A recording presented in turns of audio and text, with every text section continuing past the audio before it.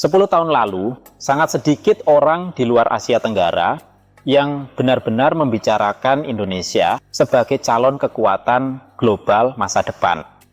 Ketika para analis membahas Asia, fokus mereka biasanya tertuju pada Cina, Jepang, Korea Selatan, mungkin India. Indonesia biasanya hanya disebut sekilas, negara kaya sumber daya, populasi besar, ekonomi berkembang dengan potensi, tetapi tidak lebih dari itu.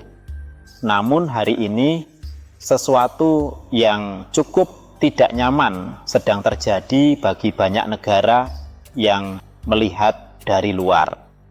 Indonesia tumbuh jauh lebih cepat dari yang mereka perkirakan. Bukan hanya lewat headline media, bukan lewat hype media sosial, tetapi lewat infrastruktur, ekspansi industri, strategi sumber daya, pertumbuhan digital, posisi geopolitik, dan salah satu pasar domestik terbesar di dunia. Secara diam-diam, Indonesia mulai mengubah posisinya dalam sistem ekonomi global. Dan bagian yang mengejutkan bukanlah bahwa Indonesia tumbuh. Yang mengejutkan adalah begitu banyak sektor bergerak secara bersamaan. Nikel, kereta api, pelabuhan, manufaktur baterai, ekonomi digital, hilirisasi industri, kerja sama pertahanan, investasi asing, pengaruh regional. Satu persatu, Indonesia mulai masuk ke percakapan yang dulu jarang melibatkan namanya. Dan di akhir video ini, kamu akan memahami mengapa dunia mungkin terlalu lama meremehkan Indonesia. Karena ini bukan lagi cerita tentang negara yang sedang berusaha mengejar ketertinggalan. Ini adalah cerita tentang negara yang mulai menyadari seberapa besar kekuatan yang bisa dimilikinya.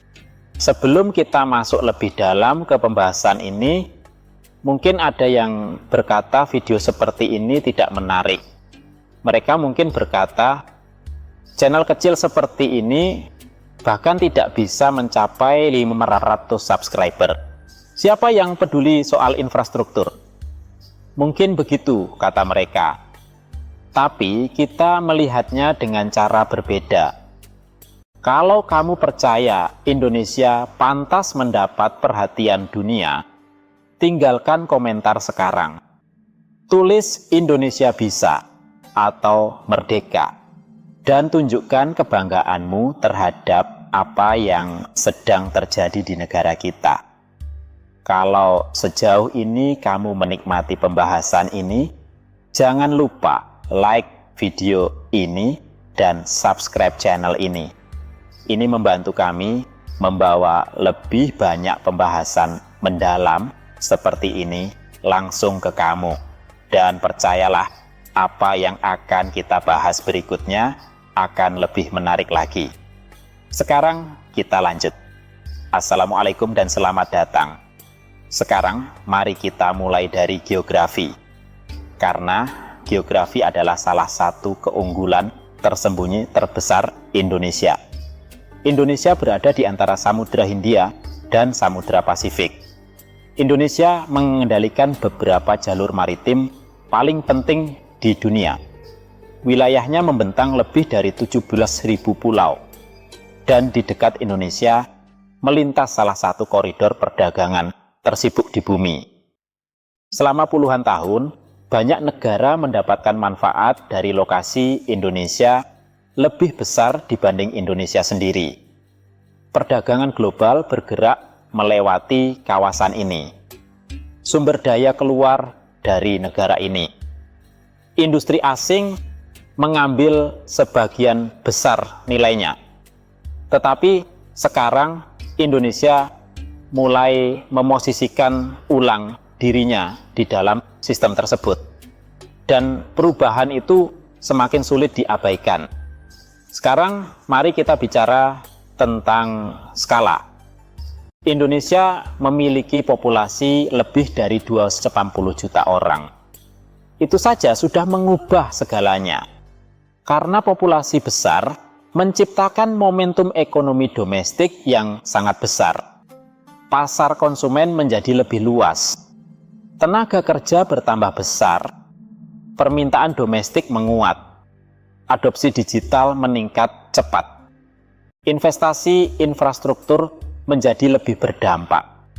Dan berbeda dengan banyak negara maju yang menghadapi penurunan demografi, Indonesia masih memiliki populasi muda. Itu adalah salah satu aset ekonomi paling berharga di dunia modern, terutama di era ketika populasi menua menjadi masalah serius di Eropa dan Asia Timur. Sekarang disinilah semuanya mulai menjadi lebih menarik. Indonesia tidak lagi puas hanya menjadi.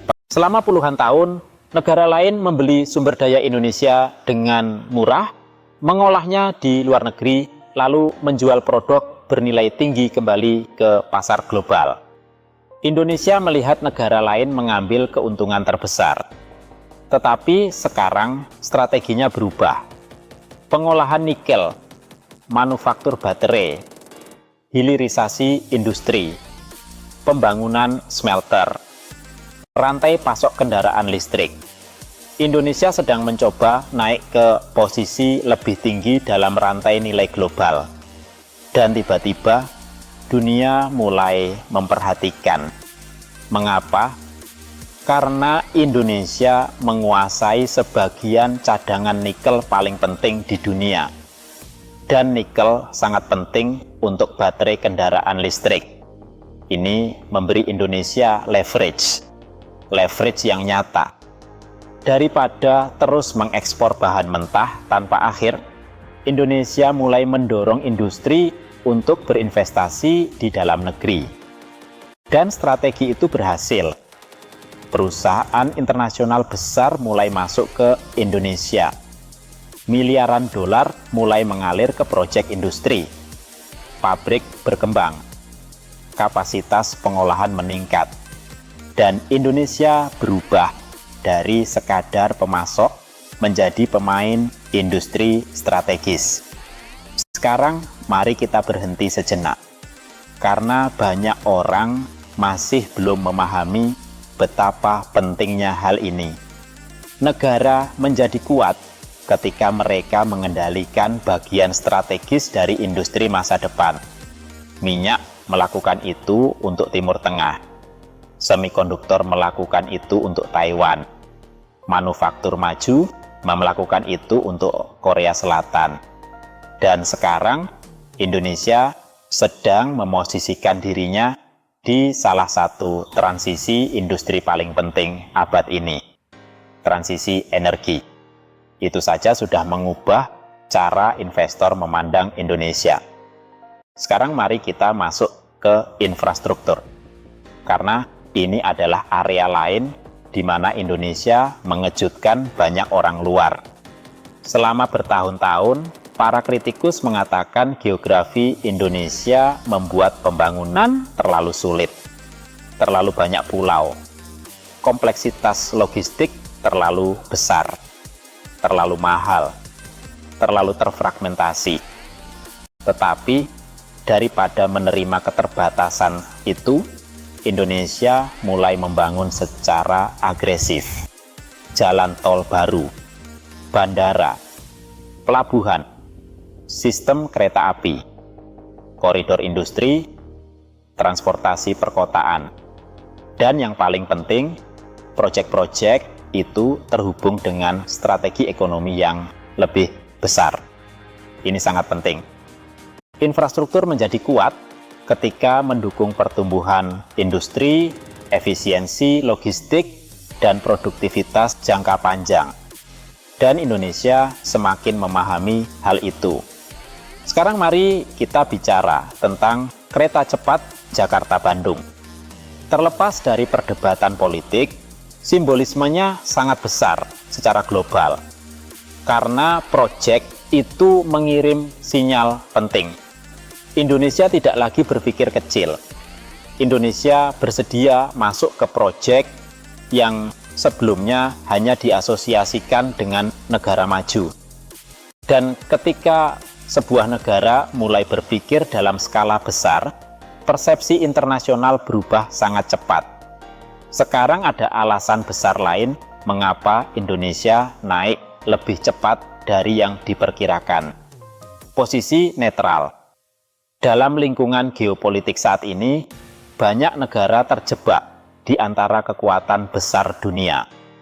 Tetapi, Indonesia berhasil menjaga hubungan yang relatif seimbang dengan berbagai blok global. Cina berinvestasi, negara barat berinvestasi, Jepang berinvestasi, Dana Timur Tengah berinvestasi, kemitraan regional berkembang, dan Indonesia mendapat manfaat dari banyak arah sekaligus. Fleksibilitas ini sangat berharga, terutama dalam ekonomi global yang semakin terpecah. Sekarang, mari kita bicara tentang pertumbuhan digital. Indonesia memiliki salah satu ekonomi digital dengan pertumbuhan tercepat di dunia. Adopsi smartphone yang masif, ekspansi fintech yang cepat, ekosistem e-commerce yang terus berkembang, konsumen muda yang melek teknologi, dan skala domestik yang sangat besar. Kombinasi ini menciptakan sesuatu yang kuat. Ekonomi digital yang cukup besar untuk menarik perhatian internasional serius. Perusahaan tidak lagi melihat Indonesia hanya sebagai pasar sekunder Asia Tenggara. Mereka semakin melihat Indonesia sebagai pasar pertumbuhan. Mereka semakin melihat Indonesia sebagai pasar pertumbuhan utama. Dan ketika bisnis global mulai bersaing untuk mendapatkan posisi di suatu negara, momentum ekonomi meningkat jauh lebih cepat. Sekarang mari kita bahas sesuatu yang sering diremehkan banyak orang luar. Ketahanan nasional. Indonesia pernah mengalami banyak krisis sebelumnya. Krisis finansial Asia, ketidakstabilan politik, volatilitas komoditas, tekanan pandemi, bencana alam. Namun negara ini terus bergerak maju. Kadang lambat, tetapi konsisten. Dan itu penting, karena pertumbuhan jangka panjang tidak dibangun dengan menghindari tantangan, tetapi dengan terus berjalan meskipun tantangan terus datang. Tentu saja, Indonesia masih memiliki masalah besar. Kesenjangan infrastruktur masih ada. Ketimpangan pendapatan masih terjadi. Kualitas pendidikan di beberapa wilayah masih tertinggal. Masalah korupsi belum sepenuhnya hilang. Tekanan lingkungan tetap serius. Analisis yang serius tidak boleh mengabaikan realitas ini. Tetapi, bagian pentingnya adalah ini. Dunia tidak lagi membandingkan Indonesia dengan negara berkembang miskin. Semakin sering, Indonesia mulai dibandingkan dengan kekuatan regional lain. Dan itu menunjukkan betapa besar posisi Indonesia telah berubah. Sekarang, mari kita bicara tentang ASEAN. Karena kebangkitan Indonesia juga mengubah Asia Tenggara. Indonesia sudah menjadi ekonomi terbesar di ASEAN. Tetapi ukuran saja bukan pengaruh. Pengaruh datang dari industri, perdagangan, diplomasi, konektivitas, dan geografi strategis. Dan Indonesia semakin memiliki semuanya. Itu menciptakan masa depan di mana Indonesia bukan hanya ikut dalam keputusan regional, tetapi mulai membentuknya. Ada juga perubahan emosional yang penting bagi masyarakat Indonesia sendiri. Selama bertahun-tahun, banyak orang Indonesia meremehkan negaranya sendiri. Produk asing sering dianggap lebih unggul. Validasi luar negeri terasa sangat penting. Tetapi realitas mulai berubah. Negara-negara di seluruh dunia sekarang bersaing untuk mendapatkan akses ke pasar Indonesia, sumber daya Indonesia, potensi manufaktur Indonesia, dan posisi strategis Indonesia. Dan itu mengubah kepercayaan diri nasional. Karena negara yang percaya mereka bisa bersaing, biasanya mulai bergerak lebih agresif. Sekarang mari kita lihat gambaran besarnya. Dunia memang memperkirakan Indonesia akan tumbuh suatu hari nanti.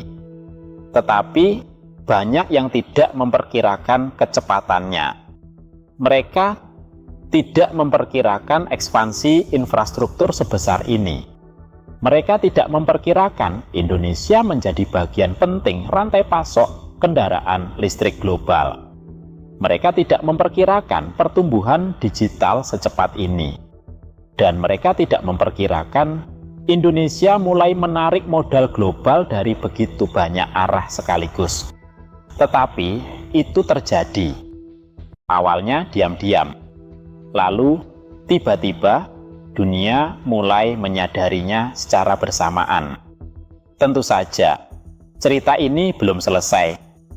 20 tahun ke depan akan menentukan apakah Indonesia benar-benar berubah menjadi kekuatan ekonomi global besar.